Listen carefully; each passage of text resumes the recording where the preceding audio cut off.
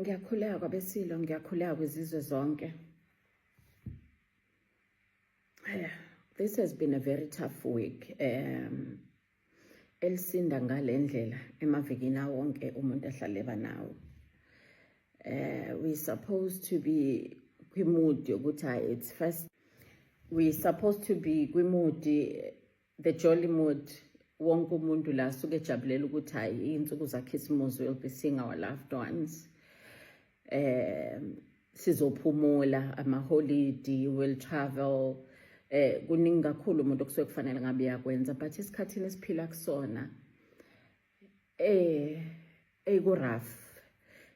kuraf njengeviki lami. Bengifisa ukuthi nithi pay attention to this video. You've always paid attention to some, but this one, please, mhlawumbe uzobale ngisho amagama. This week, on Wednesday, if I'm not mistaken, uTransnet ubuwela ezandleni zabathengi bawo, the billionaire base Philippines okwebona abathenga uTransnet.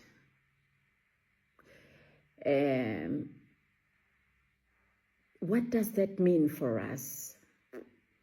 It has been a national key point all these years. But nakhona, we are seeing the Brazilians ebanjwa nama drugs ku importwa obhontshisi. We are seeing impahla from China, counterfeits, zibanjwa nama nempahla engekho kuthiwa ama counterfeit, well, but ke to impahla ivele China. Sibheka ama-brands aziwayo like abo Louis Vuitton and others, Adidas nabo bani, but you see lezo impahla ivela emtateni nezinye izinto. You see ama-container abantu abanjiwe, human trafficking. Namhlanje sikwimadla nga-commission kubanjwe ama-drugs, kwagcina kubulawa abantu, kwenziwani esandleni zamaphoyisa. You ask yourself ukuthi engabe silindeleni. Well, izinto esezithatha isikhathi eside. We knew a long time ago ukuthi eventually we will get here. Uma ukhumbula kahle maqala kumuva i-airport iyiswa far north, not far north per se, isuka iya ngase ibheke ngako Verulam. Kuhlehliswa izinto eziningi khona because kunale development enkulu uToyota wagcina ungasukile development enkulu ezanabathile. Umbuzo uthi G20 seyifikile. Ifike nani? The Philippines have taken over our port. G20 ifike nani? Angifuni ukungena ama details G20, but libambe leli gama. You'll soon understand. And then we have ama-trust. Remember, uma ngabe indawo yenkosi, inkosi ikhona nesizwe salapho kuthiwa yenza nama-trust. I-trust yakhona iphasiswa umaster. Kunomama olapha eMaritzburg ethi umaster. Today sivuka kunama-trust adissolvewayo. Uyela yena physically, afike ahamba nabantu abathile. Kudissolve ama-trust, ama-community, amakhosi. Bese kuba nama-task team. Izimpi zama-trust zibangwa ubani. Akekho ophikayo ukuthi kuyaliwa all over. But khona ama-trust who are able to manage into zawo because ama-trust akhandwe abanikazi balezo indawo. Uma izodissolve i-trust bese kufika just strangers bazoba i-task team. Or abantu who are just members of that community but who doesn't have land. then those people will be made to be trust team members. What are we doing? Sibheke phi sigadwa amasosha SNDF for over a year now kaNongoma. Bayiqhaqhimayini izwa ZAC. Ayadlula ama-truck community cannot do anything about it. No one is explaining anything except for the individuals that benefited from what has been auctioned and sold to abantu abokuhamba. Then the community was left jobless by abantu who came into their land. Kunamakhosi awu-4 athintekayo lapho. They bought a stake esithile and they left. Then ngizocompare nama cases because I'm doing ama cases national. Then you end up comparing nama cases ago Mpumalanga go grill where umhlaba wabantu bexoshiwe kwadilizwe izindlu because there's a new investor who bought the land, who bought the mine, the very same mine when they came in, Bezo investor, where they said they will create jobs, where they said they will develop infrastructure around the mine. But that didn't mean that that property belonged to the mine. It's still the community's property. Then you have the municipality. What happened in Nkandla bafethu? Who would have thought our brothers and sisters would do this to their fellow brothers and sisters? Umasipala ophethwe iNkatha for that matter, against Inkosi, Masipala doesn't have land. Masipala doesn't have people. They went to court and the order was granted against Inkosi uShezi. Then they took the land, babhidliza imizi yabantu. Guess as we are going for elections 2026, what's going to happen after that? Government is changing. New people will come into office who doesn't understand what is happening. They will take orders from their principals.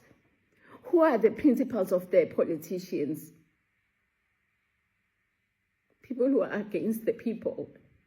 People who are against the land. We were happy umangena more amakhosi in parliament because we thought, we are going to achieve this.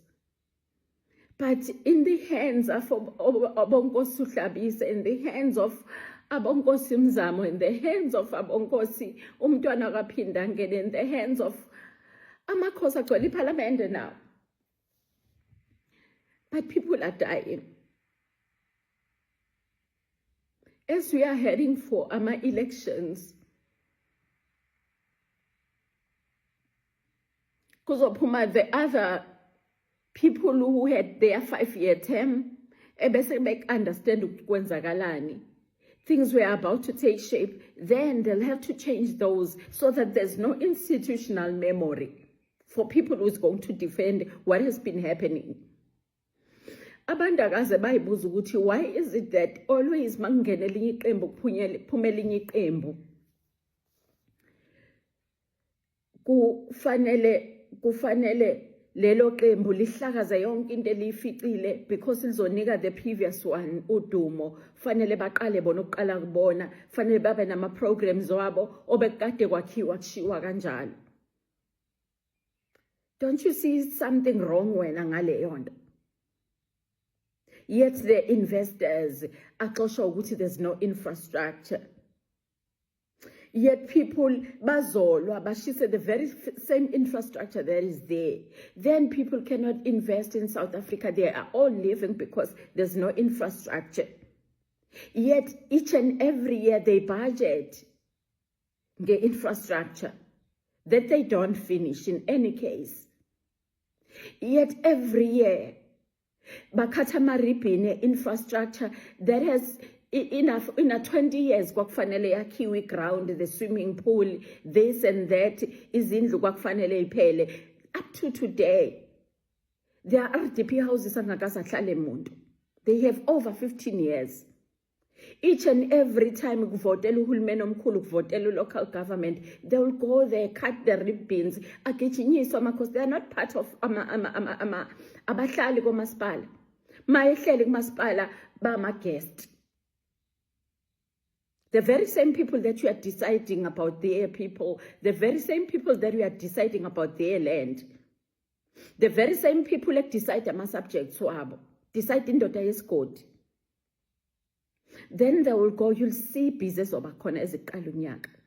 They will go with the blue lights and everything. Inkosi qamuke ngengeqe yayo. Umifika sekufanele yona ifaka istembu ngoba iyona kufanele biza abantu akusiba bakamasipala. Isibizi sizwe ifike izodla kuphela yona. Ukudla isishebo esiphekwe caterer ekuyintombi kaSibanibani that ethole that tender.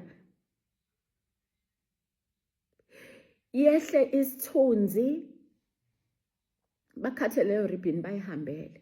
That would be the end of ukubabona mhlaba ekhankasela lolo khetho befuna ukwenza ukuphendula lelo soy. Then you'll hear ukuthi that swimming pool ibizokhanda ngo-80 million. I-ground ibelu 200 million. Till today alikho. Have you ever asked yourself why? Kuze kube nini? Even when the universe ilokhu isikhulumele, uyabona what has been happening, what has been revealed kusukela sonke lesi sikhathi. It's the universe is fighting for us. But what are we doing in return, Tin?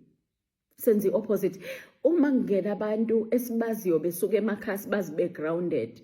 Ayikho into ejabulisa kuhulumeni njengokuthi ubone kungena umuntu wangakini omaze ubaba oqotho omaze umama oqotho othandayo umndeni wakhe. Umbone ngena kwepolitiki. Umbone enyuke yeParliament. Uba ne hope yokuthi at least this one won't sell us.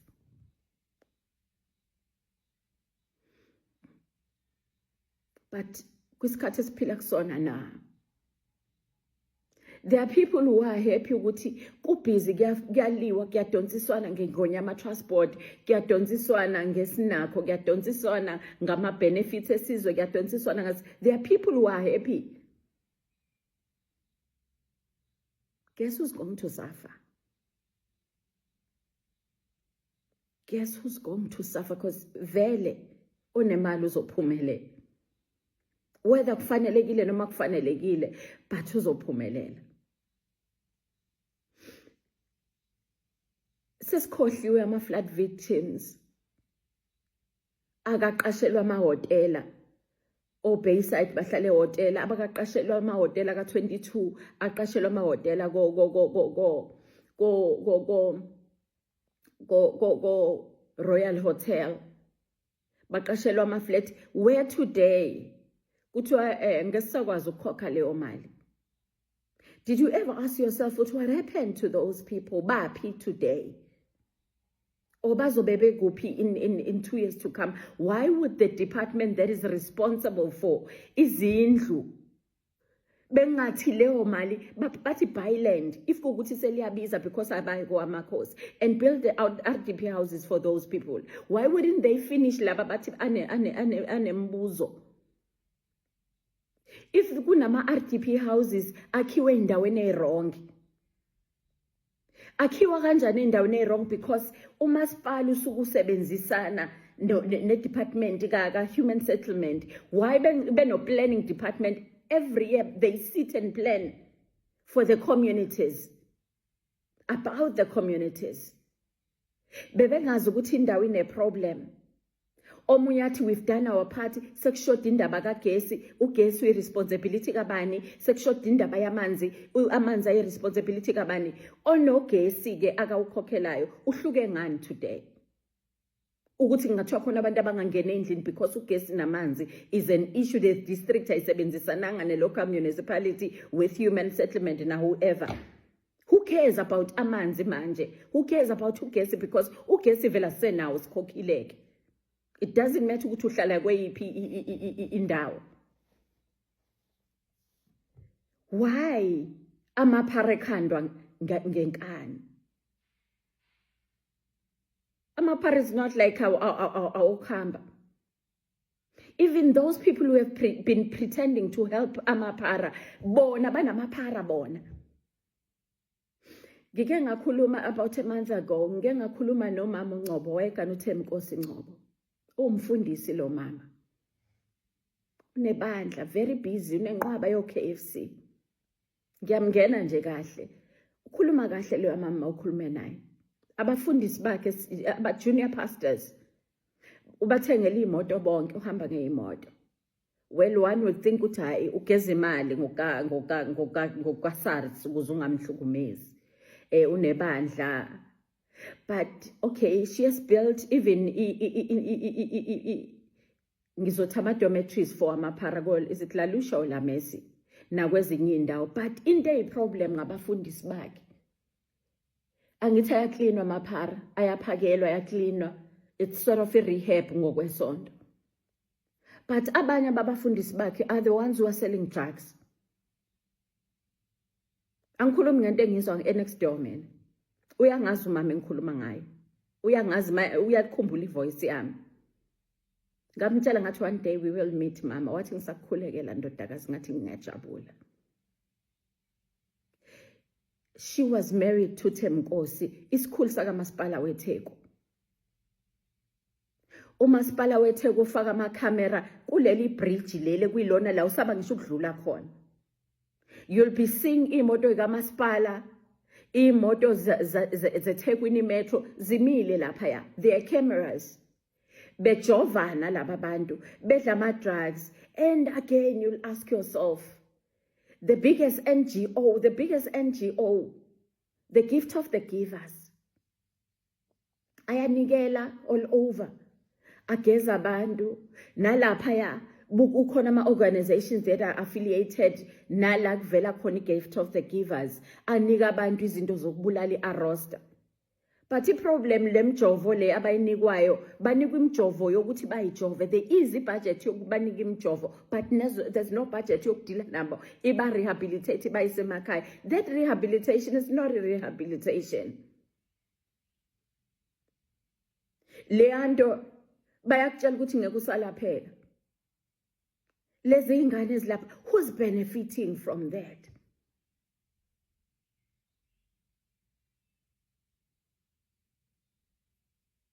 Who's benefiting? Who's benefiting? Lapho the founder of the gift of the givers uke ugolozela umthetho wase South Africa uthi umthetho wase South Africa ungaphansi kwabo.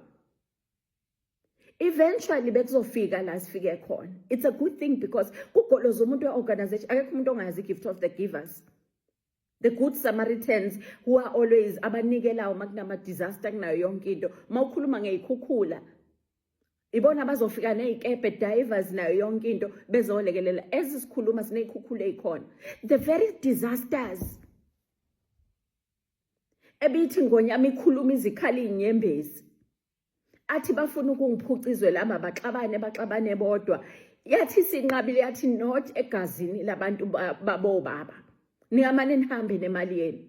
Ningamane nihambe ne-development yenu, but don't touch our land. Have you ever asked yourself ukuthi iKwaZulu Natal irich kanje kuma minerals? Why kungakaze explore as much as ezinye indawo be explore? Kube ibona balambile kunawo wonke umuntu abase KZN. But bebephila ngomhlaba wabo ngaphezulu. Yanqaba ingonya mayashanga nyawo phansi ihlangene nama activists amanye. Yathi ngeke. Because iyaveza into ukuthi make bawuthinta lolu lwandle bafuna kuza ama-oils, ama-nuclear weapons. We are going to die. The disasters will happen. Ubebeke bayithinta this land, abafuna kuyo this gas, the pipe up to Mozambique. We are going to die. Isithi endleleni sabo, yabo, sahamba, basuse endleleni yabo. Mawukhuluma ama-political killings, abantu bayicabangela ama-politicians kuphela ngale amadokhetha lapha ya. They involve a lot of people, high-profile people. amakhosi athile. Let's wait and see beginning of January ukuthi isiphatheleni. But even if they don't prosecute, but iqiniso siyalazi. Beginning of January, let's see ukuthi leyo 8 ilist yabantu abawu-8, who are they? We are very much interested. By the way, negama likamfundisi uThula Sizwe ngathi kuthiwa litholakala lapho. Let's wait and see isiphatheleni. But isiphetho sayo sithini? The universe is fighting for us. Kodwa thina as ama-individuals, as pay attention, as nandaba, up until kube at your doorstep. Mhlambe kozwela if sekufike kulaba abaphila impilo ephezulu. Cause okwamanje kusanyikazisa laba baphuwa. Kusanyikazisa leli class vele lingafunwa lingabalekile. Mhlawumbe abanye bawuphaphama the day kuthiwa kunqamnyelwe igrant yabo. Because vele between their grant lama 350 380 abawaholayo, between ama grant ogogo, between ama grant oenzo, nawo ukuthi kunabantu abahlela bangasebenzi ngalabo 380. Only Time Bank has been in between you. If it wasn't for Babu Motsepe, nabantu abakhona bekade yanqanyulwa le grant. Yona okuphela services i-Time Bank. That Time Bank abathatha kuyingonyama, bathatha kuyo uLukhanyana, bathatha kuyo uShembe, bababeke FNB Stadium uMtsipe. For them to get the signatures to have the Time Bank. Amakhosi alokhu emendleleni yabo yokuthi bangene endaweni zamakhosi. But amakhosi abekwa uCopter, they are doing it now. Abantu bakhala nge-development. You are happy nje development eningayazi ukuthi inzela nani. Abantu baphuma in the likes of uMhlanga Bhalito bahamba bayokhanda emakhaya. Bahambe nani namabhonda ababelungu. Who's going to sustain their banks? That Time Bank yayibhenke ngabo. Still isabhenke ngabo. Then they are penetrating umhlaba wamakhosi. If we were to do the land audit namhlanje, we are left with nothing. Abantu baba excited ukuthi bahlala phesheya babuye nama investors athi azo afuna ukwakha into ethile endaweni yawo, bajabula abantu. At whose expense? And abantu bayathatha bejabuliswa ukuthathwa beyiswe ko-Russia. At whose expense? Just because abantu baphelelwa imisebenzi, ukulutha nayo yonke into, ukulutha bekade kuvelephi? Was it really about uZuma? If kwakungozuma, why other countries were looting? Because they're not supporters of uZuma. Are we dumb? Ayikho into ebuhlungu njengokuba exposed to the space that we are exposed to sona. Ayikho into ebuhlungu njengaleyo. Where you know the truth and you cannot do anything about it. Where you see everything and you know ukuthi ingonyama ize yakhothama ibilwelani all this time. And it is happening today. And we cannot do anything about it. You know, on was it Tuesday or Wednesday? They arrested Mr. Ngarimeng. Mr. Ngarimeng okuye nophizo service ama truck drivers. And coming to think of isimo sokuthi we are left with the truck drivers only to stop this, because the truck drivers are the ones who are exposed to lezi iporo. Ukuthi bethiwa no Transnet. U-Transnet kunezindawo ezispecial ezivusiwe for private. Abantu aba-private ababesebenzisa uline waka-Transnet, thina ojantshi bethu kuthiwa bathathwa amaphara, but amaphara wanawo amandla okwenza leyo nto. Who do they sell those ojantshi, the copper and everything to? UPrasa ugadile, but yonke into under uPrasa still in a problem. UPrasa uhleli nawo amaphara. UPrasa ngaphansi kojantshi koPrasa kunama merchandisers. Abantu the likes of Tanzania nakwezinye indawo. Imhume yethu le bijayela ukuhamba ama-truck amasosha nayo yonke into ahamba azayophumela olwandle ahamba ayophumela kunendawo ikhona azayophumela ko-New German yonke indawo ahlela abantu the Tanzanians abantu engesiba be-country ngaphansi. People with money, people abangadlile ama-drugs. Namhlanje people ebesibazi be-famous beyonke into ibona who've been selling these drugs. Who wouldn't be tempted njengephoyisa ehola imali akayiholayo?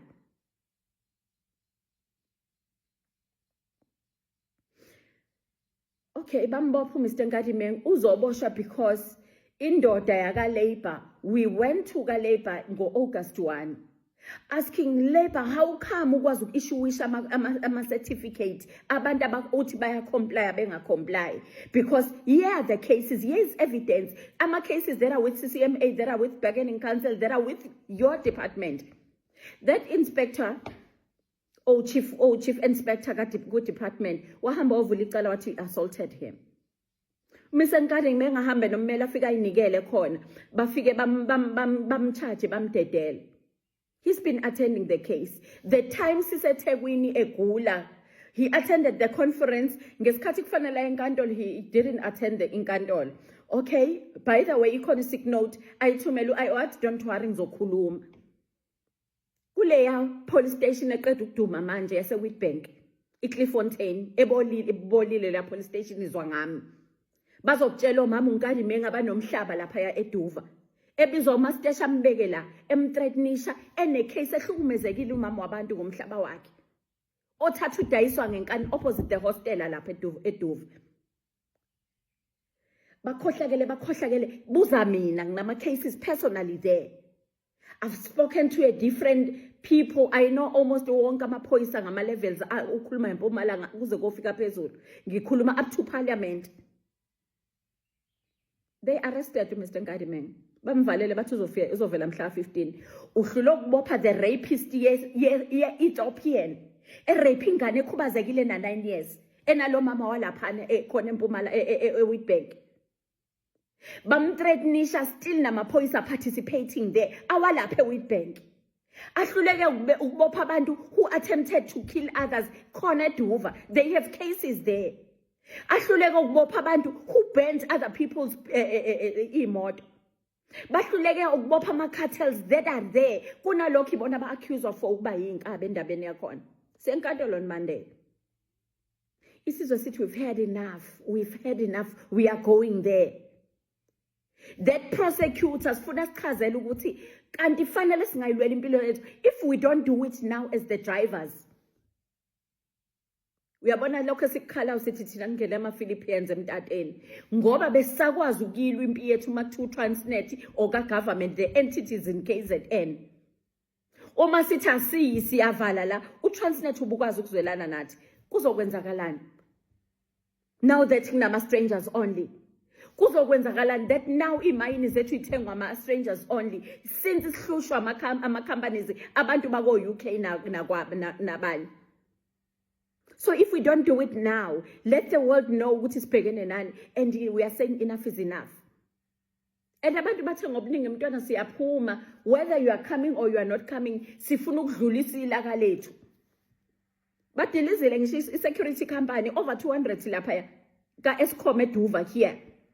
U-Eskom onabantu aba-owner companies. Ayaziwa ama-companies abo lapha kosokoza o-CLM. Abantu basebenza ko-Eskom, abantu abasebenza ko-Exxaro, banama-trucking companies bona. They are bullying people because they can't do anything. Bathi driver mntwana, uke wakhuluma into ebalulekile wathi amandla asesesteeringini, not awubulala abantu abakithi. We refuse ukuthi siparticipate la kuthiwa sibulala abantu bakithi. Njoba ku-December, we are going to save more people. Uze wazi ukuthi udriver obekwe i-accident akusiyo la eSouth Africa because igcwele ama-foreigners. As drivers, sizophumula ngesikhathi sokuphumula. Uthi umthetho ka-bargaining council ngo-10. Ayikho truck that is supposed to be on the road. Ngo-5 up to 7, 10 up to 7, akufanelanga udriver besemgwaqeni. Sizobe sihleli nawo ama-traffic officers because asuke sibambe egaduthi sidakiwe senzani. Sifuna ukwabone wabopha lawo ma-truck because it's not us as South Africans. Sifuna ukwabona bewabopha lawo matraki ngoba workersmen amatraki athathwa amaphoyisa lapha neMagudu awabuyisela kumnikazi wawo uJoe uthenjwayo eMpumalanga namhlanje inquma umuntu icishe yabulala umuntu itraki yahlukana nekhanda bamxoshile kulo msebenzi bebefuna kufa umuntu yini phezu kwama allegations leya case ngibatshelela amaphoyisa ukuthi ayikho into engizoyikhuluma namaphoyisa. That docket case was opened kwenye police station yadlula yaphongolo yasuka ophongolo yaya eMagudu yasuka eMagudu yaya Olundi kwasuka uKennel omunye yanikwa omunye umseshi wakhona. And ngambuza uKennel ngithi Kennel unesibindi sokungitshela ukuthi uthola idocket yami la Olundi. Wena instead of calling me njengomnikazi wedocket you called the person okuyena ususpect without calling me wena osesha icala lami uthole my side of the story. Today leyo case leyo truck leyo yenza icase leyo company yenza icase le bayixoshaka abazazi ukuthi bafunani amaphoyisa ethu are participating amaphoyisa Olundi general selingenile ke icala nanto phela ngasho ngathi those trucks are not roadworthy. Waphuma uKhumalo waya khona wathi kuthiwa akazobheka lama truck uthi roadworthy yini ngathi utholeni wathi wathole roadworthy ngathi I have evidence here the videos bekufanele ke umuntu phezulu kokuthi lo baba engitshela yena siqu ethi waxoshwa kaEskom exoshelwa lama truck ethi akasenayo icontractor kaEskom because yakhoza iaccident iphinde yakhoza enye today. Because there are people who abuse amandla alabebekwe khona without understanding what's happening. Just because bekufona belungu ekubeni lo muntu 200% owner wezumuntu omnyama of that company. But bagijinyiswa belungu kufona belungu. Have you ever asked yourself ukuthi kwenziwa yini kulama companies? Is it because umuntu omnyama unemali eningi yini? Why management yakhe yonke white? Or kuyafana na case ka RS Regal life vule khona case. By the way, we have the criminal case balinde mina police station ukuze sihambe siye Delmas sihambe siye Gauteng la ekuyona le company RS Regal belong to. We have a criminal case against them because the director of that company ukhohliwe ukuthi before you instruct abameli phela fanele kube nesivumelwano kubameli, and he violated the section 71 Work Companies Act. Uma wena uzo appoint umuntu without consulting your co-director. Remember you invited lo mama kade isebenzela Eskom ukuze bekwazi ukungena Eskom bamthatha lo muntu omnyama uSimelane bamthatha bazomenza ini bazomenza i-co-director bamnika 51% kanti kufrantwa ngawo ukuze kutholakale the BEE certificate.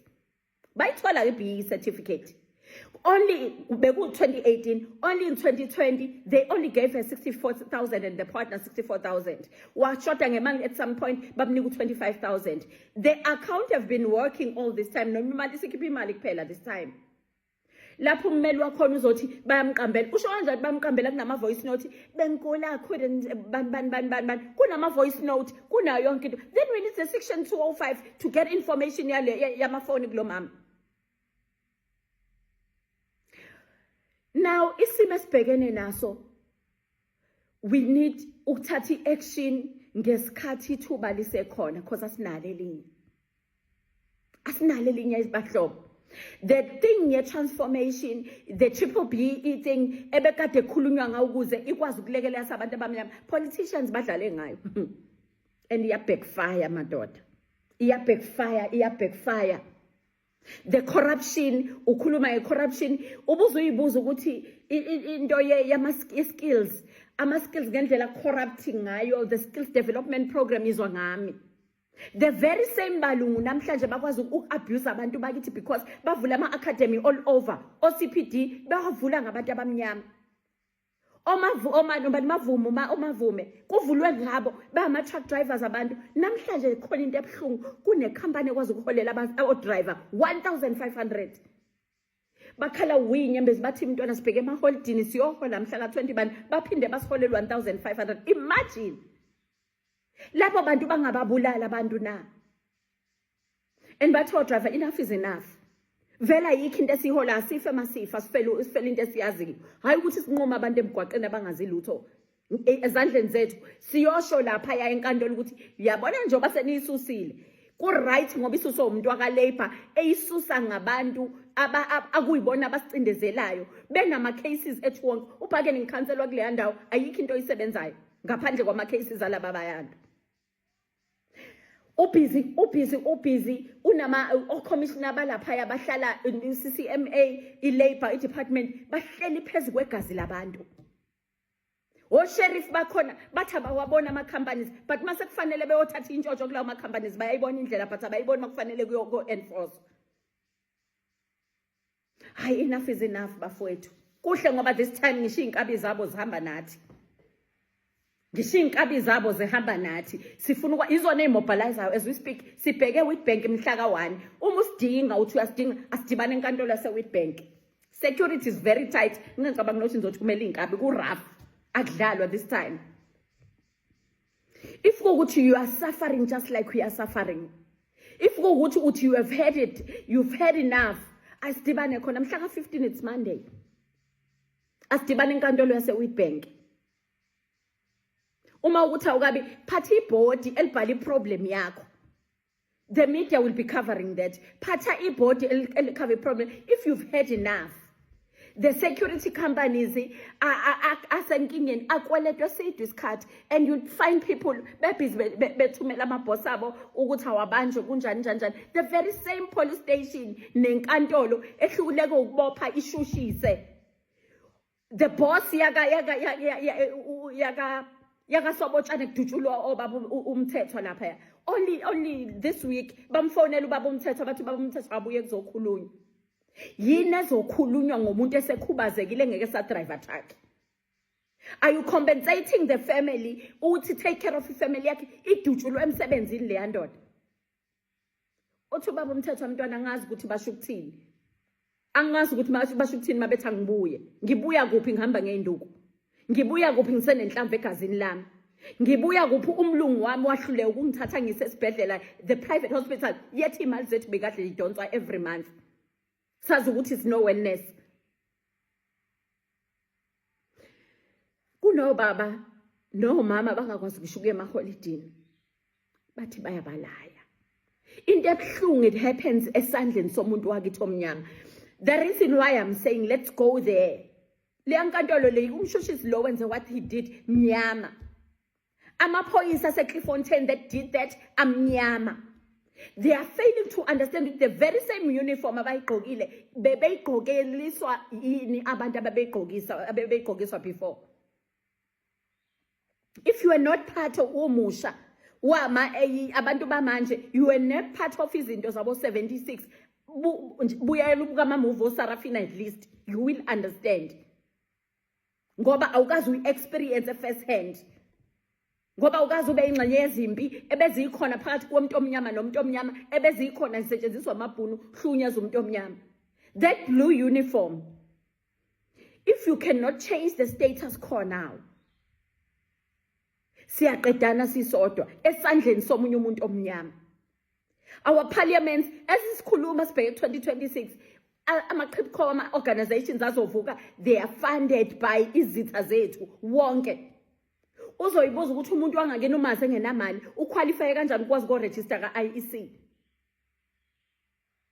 vele fanele sihlukanisane uma singahlukananga ngey'kibha uma singahlukanisanga impilo uma singahlukanisanga imfundo uma singahlukanisanga indawo esihlala kuyo okusalayo kufanele sihlukanile khona they've achieved that but iyodwa ilanguage ekhulunywa ema-truckini ngesikhathi kuthiwa hubha amalodi uyafa emgwaqeni ubuye ukuthi uphelele ku-8 wamalodi ungaholeli ukuthi awufikanga ku-9 imali yakhe ishonephi la ilanguage ekhulumayo iyafana mina akekho uhlobo lomuntu engingakhulumi naye in this country alukho uhlobo lomuntu engingakhulumi naye ku-security industry problems ayafana ukuthi wena umaze isikhulu sakho uyitshela isikhulu sakho here in Richards Bay kade inkampani eseLimpopo isayinisa ama-contracts abantu ahlanyayo ama-contracts angasile yaseLimpopo Transnet kuyo kunabantu who doesn't understand what is happening just because they can They are abusing our people. If you are saying not in our name, bayanquma abantu koMpumalanga, bayanquma abantu koLimpopo, bayanquma abantu koNorthwest because they know money. But unfortunately, bazophila kuliphi izwe. Yes, okwamanje kusabahambela kahle. Eventually abanye babo bazoboshwa. Hayi abelungu benze sure ukuthi baniyeka nje nibe o DJ. Nibe yiyo yonke into enicabanga ukuthi niyona. Behamba ngeimoto obani baba Masuku lo wase Redman. Ayikhohlwe idirector yangempela. Kufrantwe ngaye akanazwi okwakhe nje irresponsibility yakhe ukugxigxizisa abantu abamnyama. Phela. That's his responsibility. Uhlukumeza umuntu wakubo ngoba uma kwenziwa ngesikhumba esibonakala ukuthi esomhlophe kuyazwakala ukuthi ubandlululo liyasebenza phezulu kwalo muntu. As a result, they are using our very black people. Fanele sidubulane sodwa. Hayi we are good. Ekusebenziseni isibhamu bafowethu hayi yona into esiyenza kangcono. Ibhamu nazo ezithi mase ifuna ihambe zombiwe emaplazini abelungu. Esakho umuntu ukuthi isibhamu simbiwe eplazini lomlungu. Uthi unobani.